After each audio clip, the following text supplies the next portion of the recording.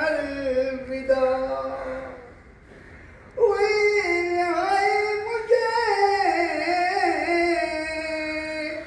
تربت بننے لگی ٹوٹی ہوئی ہاڈیاں جسم سے ملنے لگی قبر حسین الوداع اہل وطن الوداع قبر میں سب سونپ کے یاد آئے بے وطن شکر ہے معبود کا مل گیا سب کو دفن قبر حسین الوداع اہل وطن الوداع بن گئی قبر تمام لکھ دیا ہر ایک نام ختم ہوا یہ بھی کام آخری میرا سلام قبر حسین الوداع اہل وطن الوداع کرب و بلا جوجھ نہیں دفن کل قافلہ معاف فی دہنوں کے ساتھ شیخ زین اللبا قبر حسین الوداع اہل وطن الوداع مسلم ابن اوس جا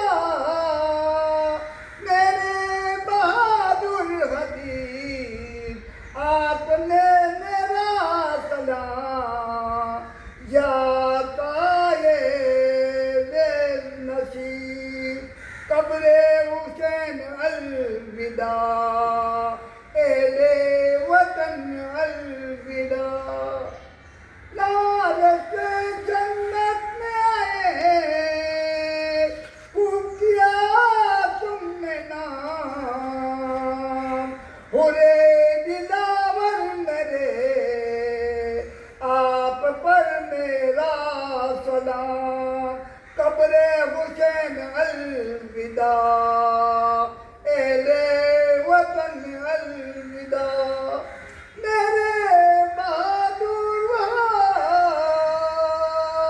آئے زغیر عید کے تم سے کروڑوں سلام کہ عید کسی کو دیں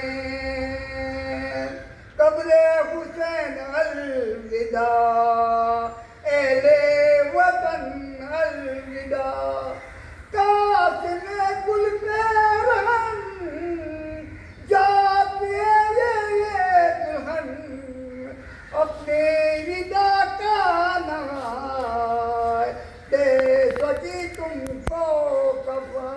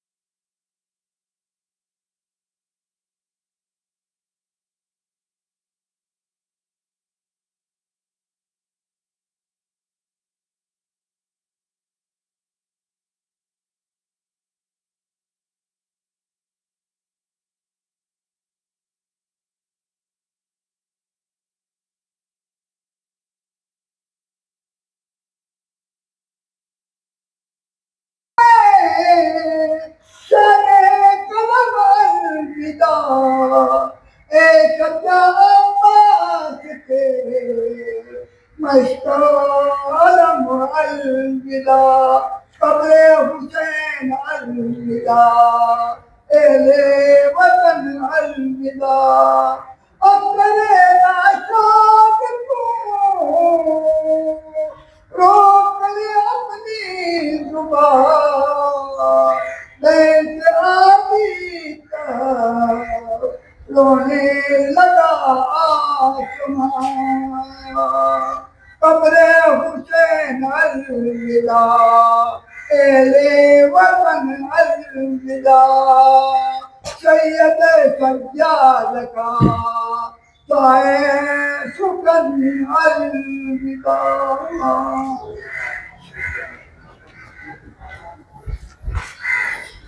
محمد محمد اللهم صل على محمد وآل محمد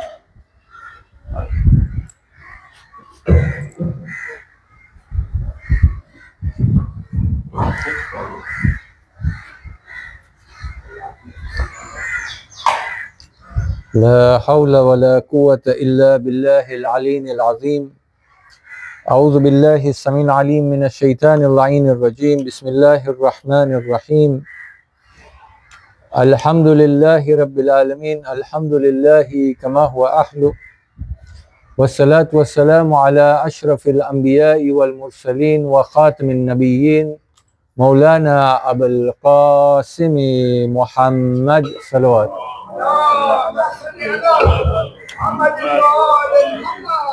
والصلاة والسلام على أهل بيت الطيبين الطاهرين المعصومين. أما بعد, મારા વડીલો, મારા ભાઈઓ, સલામુન અલૈકુમ વરહમતુલ્લાહિ વબરકાતુહ. સૌ પ્રથમ આજે આપણે ભેગા થયા છે આપણા 12મા ઇમામને જદનો પુરસો આપવા, આપણા 11મા ઇમામની વફાત પારવા, ઇમામ હસન અલ અસ્કરી સલવાતુલ્લાહિ વસલામુ અલૈક. ને દર ફેરે આપણી કોશિશ હોય છે કે જેની પણ વાત થતી હોય એના પાસેથી, એની જિંદગીમાંથી યા એના કોઈ લેક્ચર્સમાંથી, એના લેટર્સમાંથી, એના સર્મન્સમાંથી યા એના કોઈ બેઠકમાંથી આપણે કંઈક એવો ઇલ્મ પામે કે જે આપણી જિંદગીની અંદર આજના દોરમાં કામ આવે. તો પહેલી રિવાયત જે 11મા ઇમામ સાથે મનકુલ છે, ફરમાવે છે કે ઇબાદત નમાઝ પઢવું ને રોજા રાખવાનું નામ ઇબાદત નથી. તમે મળશે કોઈક લોકો એ સમજે છે કે આખો દિવસ નમાઝમાં મુબતલા રહે ને આખો દિવસ રોજો રાખે તો લોકો બહુ પોતાને મુત્તકી અને પરેઝગાર સમજે. ઇમામ કહે છે આને દીન નથી કહેવાતું, આ ઈમાનનો કોઈ પ્રૂફ નથી. પણ દર હકીકત ઈમાનવાળો એને કહેવાય કે જે હરેક સમયે ખુદા ઉપર તફક્કુર અને તદબ્બુર કરતો હોય. હવે કેમ મુમકિન છે આપણા કામકાજની અંદર, આપણે રહેઠાણની અંદર, દિવસની અંદર ઘણી ઘણી ચીજોમાં આપણે બિઝી રહીએ છીએ. ઇમામ કહેવા માંગે છે કે હર મરહલાની અંદર ખુદાને પામો, હર ચીજની અંદર ખુદા ઉપર વિચાર કરો. દાખલા તરીકે આપણે બધાએ જિંદગી બસર કરી રહ્યા છે. મારી ફેમિલીની જે યુનિટ મને અલ્લાહ સુબ્હાનહુ વ તઆલા આપી છે એના ઉપર જ્યારે હું ગૌરવ ફિકર કરું તો મને દેખાવું જોઈએ કે અલ્લાહની શાન કેવી કે મને આવી ફેમિલી ફોર એક્ઝામ્પલ આપ્યું છે, આવી ઔલાદ આપ્યું છે. અગર કોઈ ઇમ્તિહાન આપ્યું છે તો અલ્લાહે શા માટે આ ઇમ્તિહાન આપ્યું છે? કારોબારની અંદર કોઈક ફેરે ઊંચાઈ હોય છે, કોઈક ફેરે પરે છે, આપણે એની અંદર પણ ઇબરત હાસિલ કરે કે ખુદા આની અંદર મને શું શીખવાડવા માંગે છે, મારો રબ ક્યાં છે. અને જ્યારે આપણે દુનિયાની અંદર ફરે તો આપણે હરેક ઠેકાને ખુદા દેખાવો જોઈએ. કોઈ ગરીબની ગુરબતમાં પણ ખુદા દેખાવો જોઈએ, કોઈ અમીરની અમીરીમાં પણ ખુદા દેખાવો જોઈએ. આ તફક્કુર અને તદબ્બુર હર હાલની અંદર ખુદાની જાત ઉપર આપણે કરે તો પછી આપણે ખરેખર ઈમાન ઉપર છે. બીજી રિવાયત જે એક લેટરના ઉન્વાનમાં છે. હવે તમે જાણો છો કે 11મા ઇમામને કાફી અરસા સુધી કેદમાં રાખવામાં આવ્યું. તો ગોયા અલ્લાહ સુબ્હાનહુ વ તઆલાની એક મશિયત હતી, એક પ્લાન હતો કે 11મા ઇમામના દોરથી જ લોકોની આદત થઈ જાય ઇમામની ગૈબતનું. 11મા ઇમામ એક્સેસિબલ ન હતા, બધા એની મુલાકાત નહોતા કરી શકતા. તો ઘણા લોકો જે મુહિબ હતા, જેને સવાલ હતા, એ લોકો ઇમામને ખત લખતા હતા અને ઇમામ ખતના જવાબ આપતા હતા. એક ખતના જવાબમાં ઇમામ અમુક ઇન્સ્ટ્રક્શન્સ આપે છે, ફરમાન આપે છે કે આપણે શું કરવું જોઈએ. એ ફરમાવે છે, હું તમે રેકોમેન્ડ કરું છું, તમે ભાર આપીને કહું છું કે હંમેશ ખુદાને હર હાલની અંદર પામો. જ્યાં પણ હો, જે જગા પણ હો, જે કામ કરતા હો, એ હાલની અંદર ખુદાને પામો. તમે ખબર છે કે અગર તમે કોઈ ખરાબ વિચાર પણ આવે યા કોઈ ખરાબ જગા તરફ તમે જઈ રહ્યા હો અને જો બગદતન એ જ સમયે તમે ખુદાનો કોઈ કલામ મોઢાથી કાઢો છો, ચાહે આયતલ કુર્સી હોય, એક સલવાત શા માટે ના હોય, બિસ્મિલ્લાહની આયત કેમ ના હોય, જેવું તમે એવું કરશો તમે ખુદા પોતે તમે એ શરથી દૂર કરી નાખશો. એ એક કુદરતી ચીજ છે. ઇમામની પહેલી ફરમાન છે કે હર હાલની અંદર ખુદાને પામો, ખુદાને તમારી સામે રાખો. આપણા માટે આજના દોરની અંદર આ સાવ મુશ્કેલ કામ છે. કારોબારની અંદર ઘણા ફેરે એવું થાય છે કે મને જ્યાં શોર્ટકટ દેખાતું હોય, હું જાની કરીને ઘણા ફેરે ખુદાને સાઈડમાં રાખું છું તાકે આ જે હું કરું છું એનો ગિલ્ટ મને ના ચૂડે, મને હક તરફ ના લઈ જાય. હું તમને એનો દાખલો આપીશ. મેં એક ભાઈ સાથે વાત કરતો હતો તો મેં કીધું કે આપણા અહીંમાંનો ફરમાન છે કે જ્યારે વેપાર કરો તો વધારે આપો, ઓછું લ્યો. તો આ ભાઈ મને કે આજના દોરની અંદર આ મુમકિન નથી, આપણા વેપારની અંદર આ ના થઈ શકે. પણ દર હકીકત તમે કરો તો તમારા વેપારની અંદર બરકત આવે છે. ઈમામ અલૈહિ સલામની વાત કોઈ દિવસ ખોટી ના હોઈ શકે. કેમ કે મને નથી કરવું, કેમ કે મને લાગે છે કે એમાં મારો નફો છે કે મારો ફાયદો નહીં થાય, એટલે મને આ નથી કરવું, એટલે હું આ એક્સક્યુઝ કાઢું છું કે આ દોરની અંદર ના થાય. બીજો ઇન્સ્ટ્રક્શન ઇમામ આપે છે, ફરમાવે છે, તમારા જે પણ અમલ કરો ખુલૂસથી કરો. મુમકિન છે કે હું બહુ વધારે નમાઝી છું, મુમકિન છે કે હું બહુ વધારે રોઝેદાર છું, સોમવાર ને ગુરુવારના રોજા રાખું છું, બીજા તો એવા પણ અલ્હમ્દુલિલ્લાહ હશે કે જે મહિનાની અંદર 10 દિવસ રોજા રાખતા હશે, બાકીના દિવસો માય રમઝાનને મૂકીને. પણ અગર ઈ રોજાની અંદર, ઈ નમાઝની અંદર ખુલૂસ નથી, અગર મારા વેપારની અંદર ખુલૂસ નથી, ઇમામ કહે છે તમે જ્યારે સુવો તોય વિચાર કરો કે હું ખુદા માટે સૂવું છું. સુવાનું તો મારા શરીર માટે છે, પણ એમાં હું ખુદાને શામિલ કરી નાખું. ખાઉં ત્યારે પણ વિચાર કરું ખુદાએ મને આ રિઝ્ક આપી છે ને આ શરીર આપ્યો છે, એને ચલાવવા માટે, ખુદાની ખુશનુદી માટે હું આ ખાઉં છું. ત્યારે આ અમલની અંદર ખુલૂસ આવે છે. તો તમે મળશે, ઇમામ કહે છે કે બધા અમલની અંદર ખુલૂસ રાખો. ત્રીજું, હરેક અમલની અંદર ખુદાનો કુર્બ હાસિલ કરવાની કોશિશ કરો. હર નમાઝની પહેલા તો આપણે કહે છે વાજિબ કુરબતન ઇલલ્લાહ, હર રોજાની પહેલા તો આપણે કહે છે કુરબતન ઇલલ્લાહ. જ્યારે તમે ગુસલ કરો છો કહો છો કુરબતન ઇલલ્લાહ, વઝુમાં કહો છો કુરબતન ઇલલ્લાહ, વેપાર કરવા જાઓ છો યા ગાડીમાં બેસો છો ત્યારે તમે કહો છો કે કુરબતન ઇલલ્લાહ. મસ્જિદ તરફ જઈ રહ્યા છો, ખુદા તરફ જઈ રહ્યા છો, પણ મગજમાં આવે છે કે ખુદાનો કુર્બ હાસિલ કરવા માટે હું આ સફર કરી રહ્યો છું. ફેમિલીને મુલાકાત માટે જાઓ છો, એમાં પણ ખુદાનો કુર્બ છે. મને હર વાતની અંદર ખુદાનો કુર્બ ગોતવો જોઈએ, ત્યારે ખુદાની મને નજદીકી હાસિલ થશે. ચોથું ફરમાવે છે હરેક વાતમાં સાચું બોલજો. આ બીજું એક પરીક્ષા આપણે દોરની અંદર ઘણા એવા મરહલા આવે છે કે જ્યાં સાચું ને આપણે કે વ્હાઈટ લાઈ સાથે આપણે મિક્સ કરી નાખીએ, યા હું સાચું નથી બોલતો પણ જૂઠ પણ નથી બોલતો, હકથી પણ પરહેજ કરું છું. ઇમામ કહે છે સાચું બોલો, હરેક વાતની અંદર સાચું બોલો. પાંચમી વાત ઇમામ ફરમાવે છે અમાનતદાર બનો. આજના દોરની અંદર આ પણ બહુ મુશ્કેલ છે. અઈમ્મા અલૈહિસ્સલામની શીખ ઈ છે કે અગર તમે મને એક ટોકરી આપ્યા અમાનતની અને વર્ષો બાદ પણ આવો તો મને એ ટોકરી તમે યા તો ઈ જ હાલતમાં આપવાની છે, પાછી એનાથી બહેતર હાલતમાં આપવાની છે. આજે થાય છે એવું કે તમે મને કંઈક આપ્યા, હું એવી જગ્યાએ રાખું કે જ્યાં તમે લેવા આવો તો તમે થાય કે મારી ટોકરીને એવી હાલત કરી નાખી કે આ ઉપાડવા જેવી લાયક નથી, યા તો બદબૂદાર થઈ જાય, વાસ મારવા માંડે, યા ફાટી ગઈ હોય. અમાનતમાં ખયાનત નહીં કરો એ હદ સુધી કે એમાં જરાક સ્ક્રેચ પણ ના પડવો જોઈએ. બહુ ધ્યાન રાખવાની છે અમાનત ઉપર. પછી ઇમામ આમાં ફરમાવે છે સામેવાળો ચાહે સારો માણસ હોય કે ખરાબ, ઘણા ફેરે આપણા પાસે એક્સક્યુઝ હોય છે, આ તો નવઝુબિલ્લા ઇઝરાયલી છે, યહૂદી છે, આપણે ખબર છે ઇઝરાયલી આપણો દુશ્મન છે, અગર એની અમાનત તમે લીધા છો તો એ અમાનતમાં ખયાનત નહીં કરતા. દાખલો જોવો તો ચોથા ઇમામની જમાનાની અંદર એક શકી આવીને ઇમામ પાસે એના હથિયાર મૂકી જાય છે, જે કરબલાની અંદર અબા બિલાલ હુસૈનના કતલમાં શામિલ હતો. મદીનામાં આવે છે ને કહે છે કે આ મારો અમાનત છે, તમે રાખી દો, મારી ફેમિલીને તમે હિફાજતમાં રાખો, કેમ કે મલઉને એક લશ્કર મોકલાવ્યો છે મદીના ઉપર હુમલો કરવા માટે. ઇમામે એની ફેમિલીને સાચવ્યું, એના માલને, એના હથિયારને સાચવ્યું. પાછો લેવા આવે છે તો ઇમામને કહે છે, યબના રસૂલિલ્લાહ, તમે મને ઓળખ્યા નહીં, શર્મિંદા હતો, મેં આ બધા ખરાબ કામ કર્યા છે. આ ચોથા ઇમામે મને ઓળખ્યું નથી, કદાચ હું બીમાર હતા, ખૈમાની અંદર હતા, મને જોયા નહીં હોય, એને ખબર નહીં હોય કોણ છું.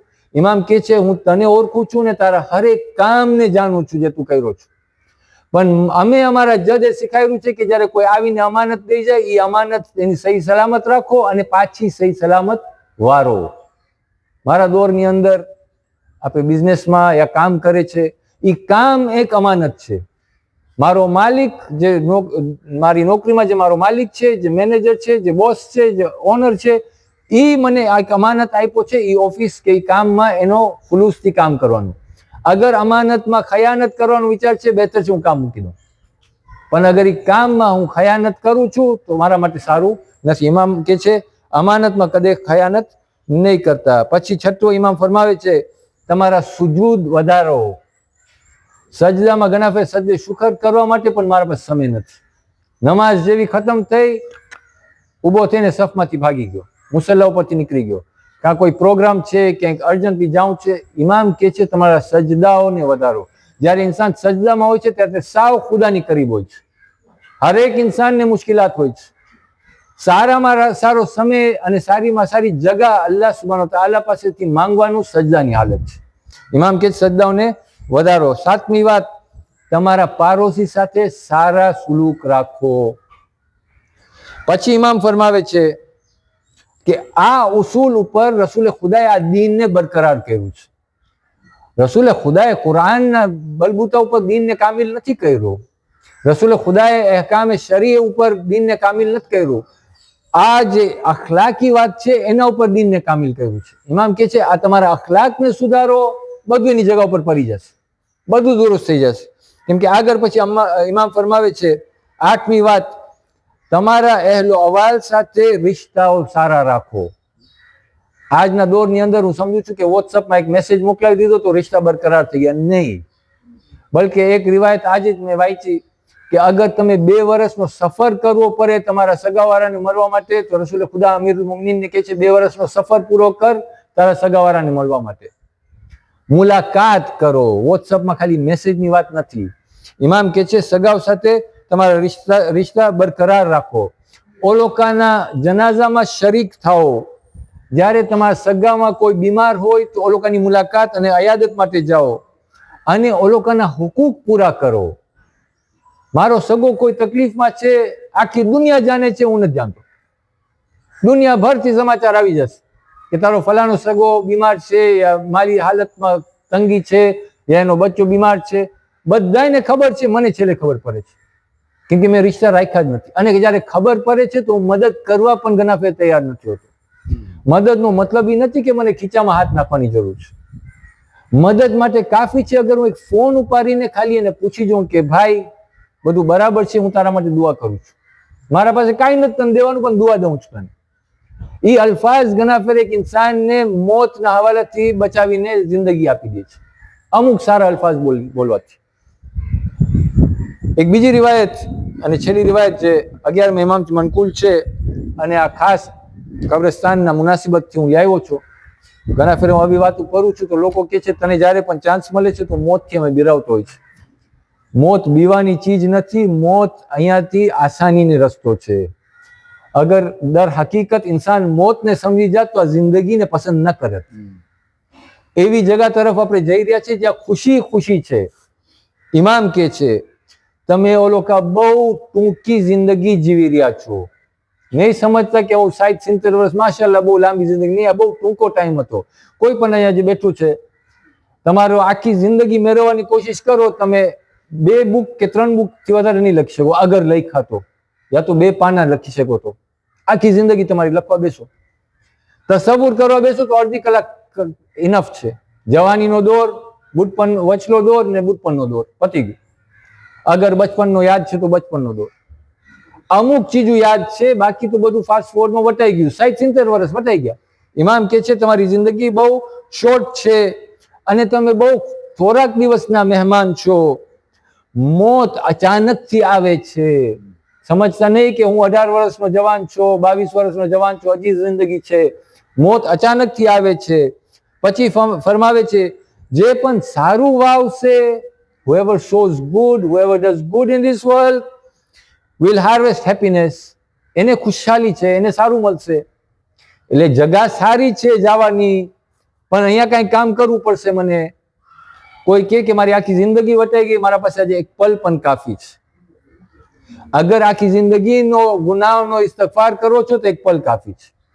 અગર આખી જિંદગી કંઈક સારી કામ નથી કર્યો તો એક પલ કાફી છે. બધી નેકીઓ એક પલની અંદર કરી શકો છો. તમારી આ જિંદગીની અંદર થોડોક ટાઈમ જ જરૂર છે અગર તમે સુધારો કરવો. ઇમામ કે છે, જેવો વાવશો એવો પામશો. સારું વાવશો તો આ ખુશાલી, સારા અમલ વાવશો તો આ ખુશાલી છે. અગર ખરાબ અમલ વાવશો તો આ ગમ છે અને અફસોસ છે. હું અહીંયા શું વાવીને જાઉં છું એના ઉપર દારોમદાર છે. પછી ઇમામ બહુ અજીબ વાત ફરમાવે છે, ઘણા ફેર આપણે જોઈ છે, કોઈ આપણે કે slow but steady wins the race. ઇમામ કે છે એમ નહીં સમજતા કે જે આહિસ્તે આહિસ્તે ચાલે છે એના નસીબ બહુ સારા છે, લકી છે. આપણે ઘણાને કે આપણે આના હાથમાં જાદુ છે, આના નસીબ સારા છે. માશાલ્લાહ નૌશાદભાઈના હાથમાં માલ આવે છે તો ડબલ થઈ જાય છે, મારા હાથમાં આવે તો કંગાલ થઈ જાઉં છું. આપણે કે લકી છે. ઇમામ કે છે લકની કોઈ વાત નથી. નહીં સમજતા કે જે આસ્તે આસ્તે જઈ રહ્યો છે એ નસીબદાર છે. ના તમે સમજો કે જે બહુ ધ્યાન રાખીને ખસે બીજા હોય છે જે રિસ્ક નથી લેતા, બહુ કેરફુલ હોય છે, બધું હિસાબ કરીને સ્ટોક માર્કેટમાં પૈસા નાખશે તો 6 વર્ષ સુધી તો પેલા ડ્રાફ્ટ ડાયાગ્રામ ને ગ્રાફ ને બનાવશે, સરખી રીતે જોઈ અને પછી નાખશે અને પછી કમાશે.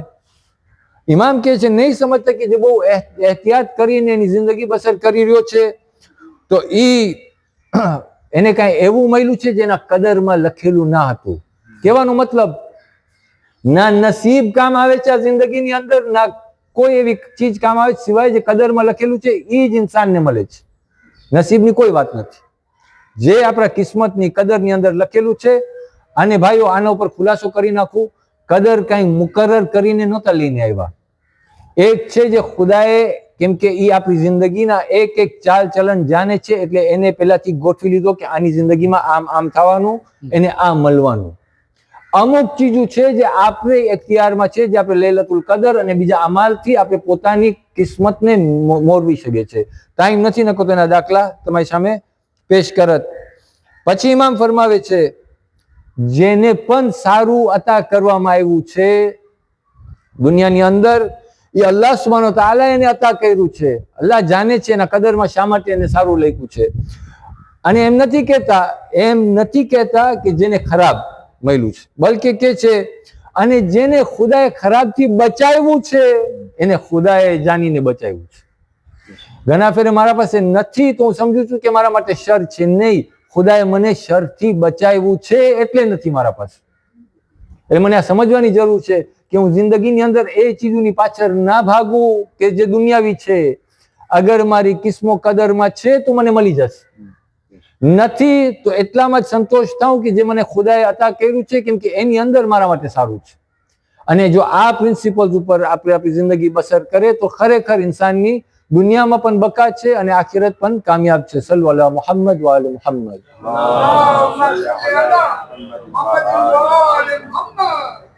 રિવાયત પ્રમાણે અબ્બાસી 11 ઝહેર અંગૂરમાં યા કોઈ ફ્રૂટમાં નાખી અને આપે છે.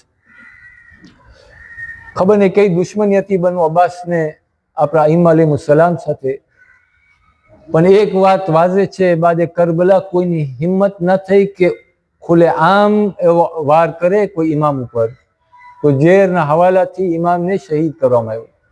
રિવાયતમાં એમ મળે છે કે થોડાક દિવસ ઇમામ આ ઝેરના કારણે બહુ હેરાન હતા અને આ ખલીફાએ બધાને દુનિયાને દેખાડવા માટે સારા સારા તબીબોને મોકલાવ્યું હતું. ઝેર આપવા બાદ દવા મોકલાવે છે, જાણે છે કે આ ઝેરનો અસર એવો છે કે કોઈ દવા કામ નહીં આવે. ઇમામ શહાદત પામે છે, ઇમામને ગુસ્લો કફન મળે છે. રિવાયતમાં એમ મળે છે કે સામરામાં કયામતનો દિવસ હતો, આખો સામરા બંધ થઈ ગયો હતો. ઇમામને આખો સામરાનો કાંદ મળ્યો, દૂર દૂરથી એના મુહિબ આવ્યા. ઇમામને હિસ્મો અદબથી ઇમામને સુપુર્તે ખાક કરવામાં આવ્યું, સુપુર્તે કબર કરવામાં આવ્યું. અહીંયા અમારો જીવ કહે છે કે હું ઇમામને કહું, યા ઇમામ, તમે શહીદ ખરેખર કરવામાં આવ્યું, તમારી સાથે જુલ્મ ખરેખર થયું, પણ કમ તમે કફન તો મહિલો, તમે દફન કરવાવાળા હતા, તમારા શરીરને ગુસલ કરવામાં આવ્યું, તમારા જજની હાલત જો આવો કરબલામાં, એને જ્યારે શહીદ કરવામાં આવ્યું તો એનો શરીર તીર ઉપર હતો, એવી રીતે તીર ઉપર હતો કે ના જમીન ઉપર હતો ના આસમાનમાં હતો. યા ઇમામ, તમારા જજની હાલત જો, આવા શરીર ઉપર એક લાઈન બેસી અને સરને કાપે છે, તે બેવફાથી કાપે છે. નહીં ખાલી આટલું જુલ્મ ન થયું, 3 દિવસ સુધી આબા અબ્દુલ્લાહ હુસૈનનો શરીર ગરમ રહેતે કરબલા, બની આસદ મોજૂદ હોવા છતાં એને દફનાવી ના શક્યા. ઇન્ના લિલ્લાહ વ ઇન્ના ઇલૈહિ રાજિઉન. આપણે અલ્લાહની બારગાહમાં દુઆ ગુજારે કે આ ખલીલ અઝાદારીને એની બારગાહમાં કબૂલ કરે. આપણે અલ્લાહની બારગાહમાં દુઆ ગુજારે કે આપણા કુલ મરહુમીનના ગુનાહને કબીરા અને સગીરા માફ કરે. આપણે અલ્લાહની બારગાહમાં દુઆ ગુજારે કે આપણા બધાયના ગુનાહને કબીરા અને સગીરા માફ કરે. જે બેરોજગાર છે એ લોકોની રોજીમાં બરકત અતા કરે. જે બે ઔલાદ છે એ લોકોને ઔલાદ સાલે અતા કરે. જે લોકો બીમારીમાં મુબતલા છે એ લોકોને શફાએ કામિલ અતા કરે. ને આપણા ઇમામે વક્તની ઝહૂર જલ્દ કરે. વાખિરુ દાવાના અનિલ હમ્દુલિલ્લાહી રબ્બિલ આલમીન. સૂરે મુબારકતિલ ફાતિહા.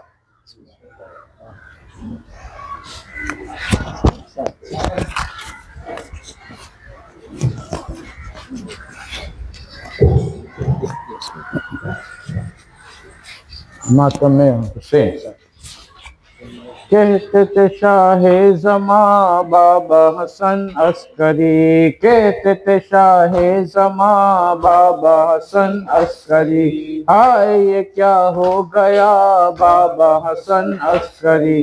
कहते थे शाहे ज़मां बाबा हसन अस्करी, कहते थे शाहे ज़मां बाबा हसन अस्करी. छुए जिना कल्ब से कौन हमारा है अब, छुए जिना कल्ब से कौन हमारा है अब, दिल हुआ टुकड़े मेरा बाबा हसन अस्करी. कहते थे शाहे ज़मां बाबा हसन अस्करी, कहते थे शाहे ज़मां बाबा हसन अस्करी. गौहर नायाब थे आप है बाबा मेरे,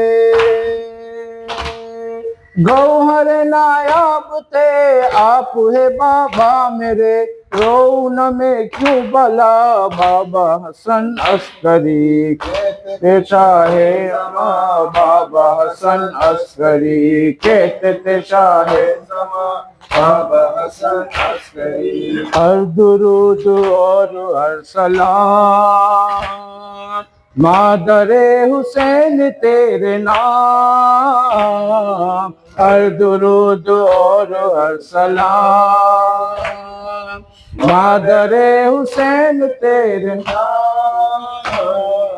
ज़ौजे अली सर बुलंद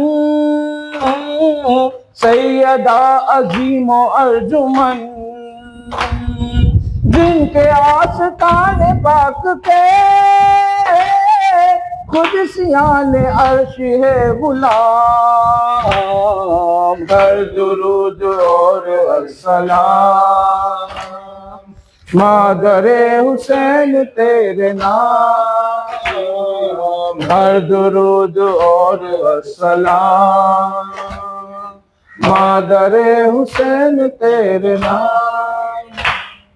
आओ सैयदा आरज़ूए क़ल्बे मुस्तफ़ा, जिसके लाडले हसन हुसैन, जिनकी बेटियां फलक मुकाम.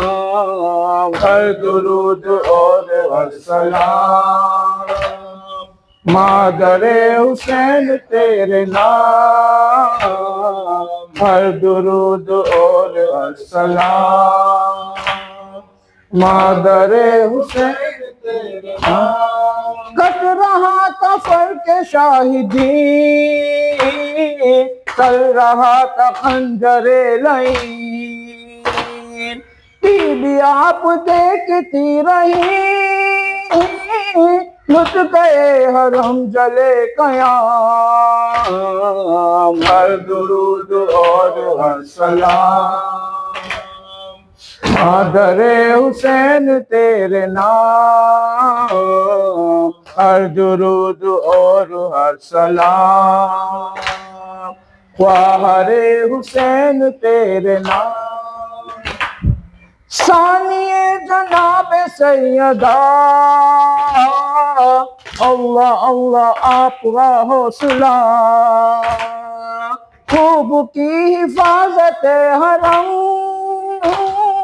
بعد قتل سید انام ہر درود اور ہر سلام خواہر حسین تیرے نام ہر درود اور ہر سلام خواہر حسین تیرے نام بی بی غم اٹھائے ہیں بہت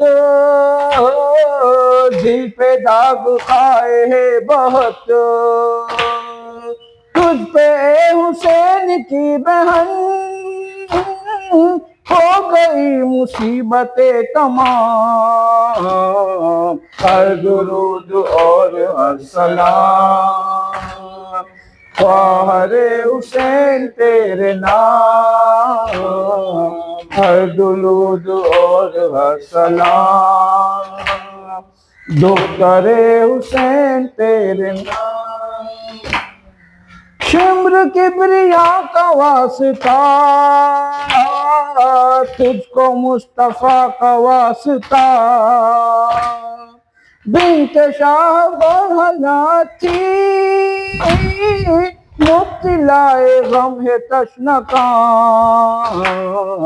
ہر درود اور ہر سلام خواہر حسین تیرے نام ہر درود اور ہر سلام دختر حسین تیرے نام شمر کے تماچے کھائے ہیں بی بی کتنے غم اٹھائے ہیں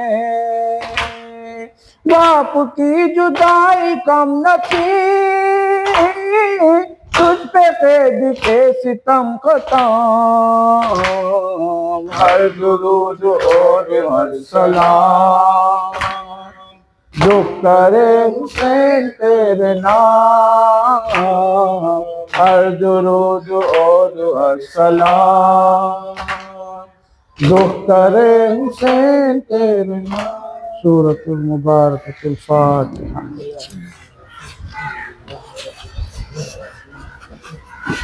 توجہ سے السلام علیکہ یا رسول اللہ السلام علیکہ یا امیر المؤمنین السلام علیکہ یا فاطمہ الزہراء سیدۃ النساء العالمین السلام علیکہ یا حسن المصطفیٰ السلام علیکہ یا ابا عبداللہ وعلی الارواح التي حلت بفنائک علیکم منی جمیعا سلام اللہ ابدا ما بقیت وبقی اللیل والنہار ولا جعل اللہ الآخر العهد منی لزیارتکم السلام علی الحسین وعلی علی ابن الحسین وعلی اولاد الحسین وعلی اصحاب الحسین جمیعا ورحمت اللہ وبرکاتہ السلام علیکہ یا مولا ابن مولا السلام علیکہ یا قریب الغرباء السلطان ابا الحسن علی ابن موسیٰ الرضا کن شفیعنا وشفیع والدینا فی یوم الجزاء وعلی اختک فاطمة المعصومہ جمیعا ورحمت اللہ وبرکاتہ السلام علیکہ یا مولانا یا صاحب العصر والزمان السلام علیکہ یا خلیفۃ الرحمن السلام علیکہ یا شریک القرآن السلام علیکہ یا کعبۃ الایمان السلام علیکہ یا امام الانس والجان